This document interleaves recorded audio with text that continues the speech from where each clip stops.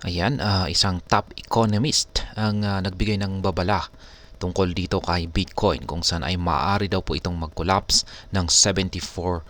At kung pag nangyari po yan ay babagsak itong si Bitcoin sa napakababang presyo na 15K or $15,000. Kaya yan, mukhang meron pong malaking epekto ang bearish volatility sa crypto market ngayon, lalo na itong si Bitcoin. Kaya yung kanyang pagbaba po sa kanyang presyo mula sa presyong $60,650 hanggang sa $57,694 ay mukhang nagpapakita po ito ng kahinaan sa kanyang current market conditions or kasalukuyang market condition. Kaya yan, maliban dito ay ang pananaw naman ni Ginoong Peter Schiff ay isa po siyang kilalang kritiko ng Bitcoin. Siya naman po ay medyo pessimistic sa kanyang pananaw. Lalo na inaasahan po niya na itong si Bitcoin ay babagsak ng hanggang 42K or $42,000 sa short term. At posible daw po itong umabot pa sa mababang presyo na 15K hanggang 20K na price range sa long term. Kaya kung mangyayari ito ay malaking porsyento ng kapital ang mawawala sa mga investors. Gayunpaman ay hindi lahat po ng mga analyst ay kasing pessimistic ni Ginoong Schiff. May mga analyst naman na naniniwala na maaring magkaroon ng rebound o recovery si Bitcoin kahit na wala pang malinaw na sinyalis ng reversal sa ngayon. At ayan, bago po tayo magpatuloy ay nais ko lamang po munang bigyang linaw ang aking disclaimer kung saan ang nilalaman po ng video na ito ay hindi po ito isang financial advice. For education and information purposes lamang po ang layunin nito. At ayan, ang crypto market ay muling nakikipaglaban sa bearish volatility kung saan si Bitcoin ay bumaba sa presyong $57,694 sa oras po na nailabas ang balita na ito. Ang pinakabagong correction na ito ay dumating dalawang araw lamang po matapos si Bitcoin ay bigo po siyang subukang lampasan o tagusin ang price range na 61K. Mula po ng umabot siya sa presyong 60,650 nitong Sabado, ang premier crypto na ito ay bumagsak po ng 4.87%.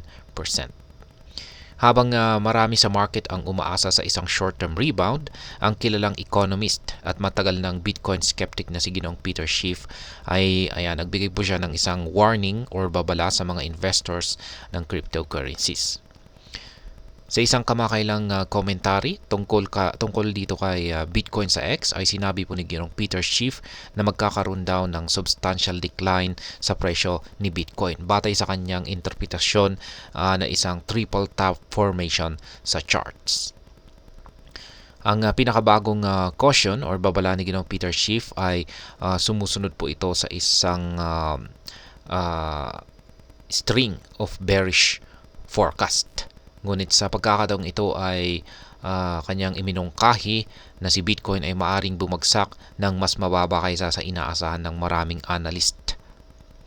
Pinalakas pa ni Ginoong Schiff ang kanyang argumento sa pagsasabi na ang performance ni Bitcoin ay mukhang mas masama kapag nakapresyo sa gold. Bilang isang matibay na tagapagtaguyod ng gold ay madalas na ikinukumpara ni Ginoong Schiff ang performance ni Bitcoin laban sa precious metals kung saan ay patuloy po niya sinasabi na ang gold ay nananatiling mas superior na store of value compared kay Bitcoin.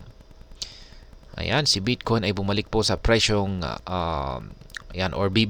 balak pong bisitahin daw ni Bitcoin ang presyong 42K in a short term. Ayan, ang immediate price target ni Peter Schiff para kay Bitcoin ay ang upward trend line na pinaniniwalaan niyang magbibigay daw po ito ng short-term support sa humigit kumulang 42K. Gayunpaman ay mababa ang kanyang confidence na mananatili ang level na ito para kay Bitcoin. Ayan, ito po yung kanyang aktual na sinabi dito. At a minimum, Bitcoin is headed to 42K but I doubt it will hold. Ayan po yung kanyang aktual na sinabi rito. Sa kasalukuyan, ang presyo po ni Bitcoin ay nasa $57,694. Ang muling retest or pagsubok ni Bitcoin ay nasa presyong $42,000.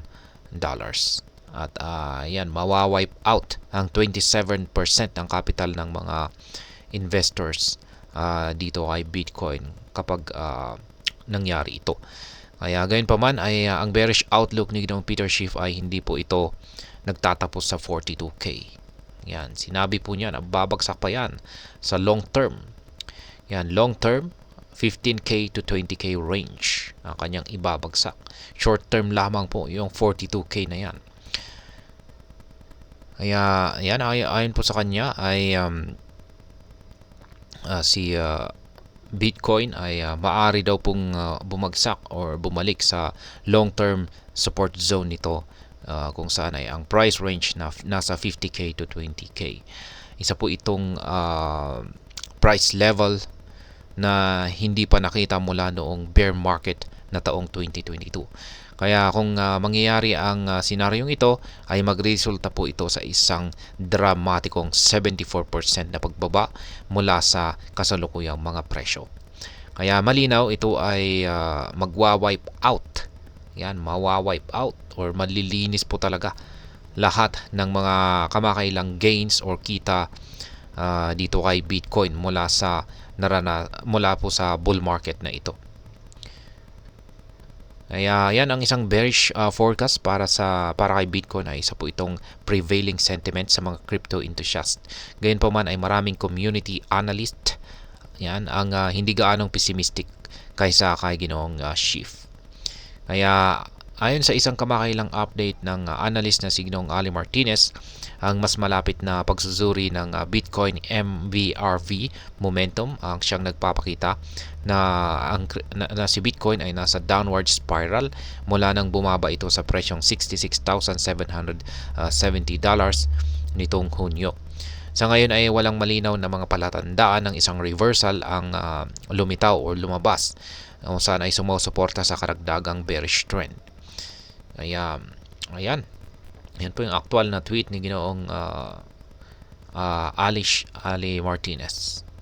Ayan, sa kanyang previous na analysis dito kay Bitcoin gamit ang kanyang MVRV momentum na indicator.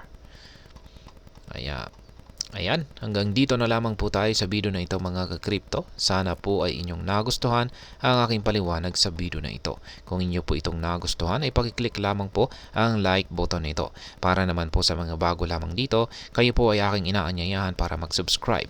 Pakiclick na rin po ang bell icon nito dahil ito po ang siyang magsisilbing notification nito sa mga bago kong videos na akin pong ina-upload sa aking YouTube channel na ito. Marami pong salamat sa panonood. Ingat po tayo lagi at God bless po sa ating lahat.